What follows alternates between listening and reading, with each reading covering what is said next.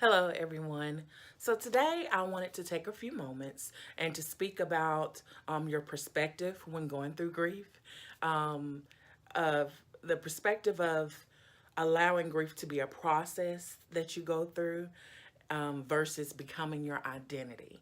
And when I say that, I know grief is because we have experienced a significant loss. And even sometimes that loss can be traumatic. But the thing about it is that I've seen other people go through loss and going through the grief process, and those that have embraced it and say, "Hey, I'm going to allow myself to go through all these emotions and face them head on." Those that have actually embraced it as a journey or a process have just seemed to live better, healthier lives in the long run. They're the ones that I've observed later on being able to enjoy life again. One of the things that has helped me as I've been going through this process is reading a couple of books. Um, in the beginning, that didn't help. It didn't help at all. And because I do like to read, my brother actually gave me a book, and I tried to read it at first, and I couldn't look at that book for about 2 months. But then after that, it became one of the books that I read daily because it helped me so much. I just had to get to the place first to where I was able to receive it. One of the books that I obtained while going through this process, someone actually gave it to me. It wasn't my brother for this one anyway. It's called Grieving with Hope. And I just wanted to share a passage out of it. I am a child of the King of Kings and the Lord of Lords. I have Jesus Christ living inside of me. My God has promised to meet every one of my needs, and He is right here with me at this moment. By the way, I have a struggle with depression. Now, I am keeping depression where it's a significant human experience, but it's not an identity.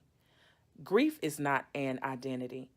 And if I make it my identity, I'll start giving way to whatever definition of that identity I've given it.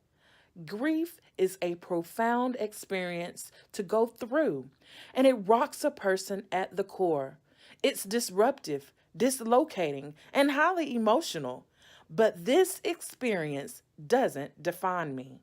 Christ defines me, and I now am a child of Christ in the midst of this particular experience. That's why I really like this passage because it reminds us, yeah, you're going to go through grief, but you do have a God that is there with you. And we'll talk a little bit more about spirituality and grief. And I'll share a little bit more of my experience with spirituality and grief because I'm just going to be honest with you. It hasn't been easy. While I have recognized that God is with me through this, it doesn't mean that I have been happy with Him through this all. And there were actually moments where I experienced different emotions. And so we'll talk about that later on as well. But I just wanted to make sure that I shared this with you all, that as you're going through this, that you identify your perspective on it, that you remember that grief is a process. That and there's this verse that's just coming to my mind, that weeping does endure for a night and joy does come in the morning.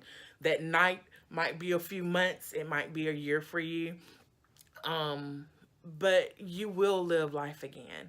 There will be joy again. There can be love again. There can be hope. There can be everything beautiful and amazing about this world again. Um, if you're still here and that person isn't still here, it's because you still have a life to live. And let's let it be a life full of amazingness and awesomeness. Because if the person you lost is anything like the person that I lost, they wouldn't want it any other way. So my prayers are with you. And until next time, grace and love, everyone.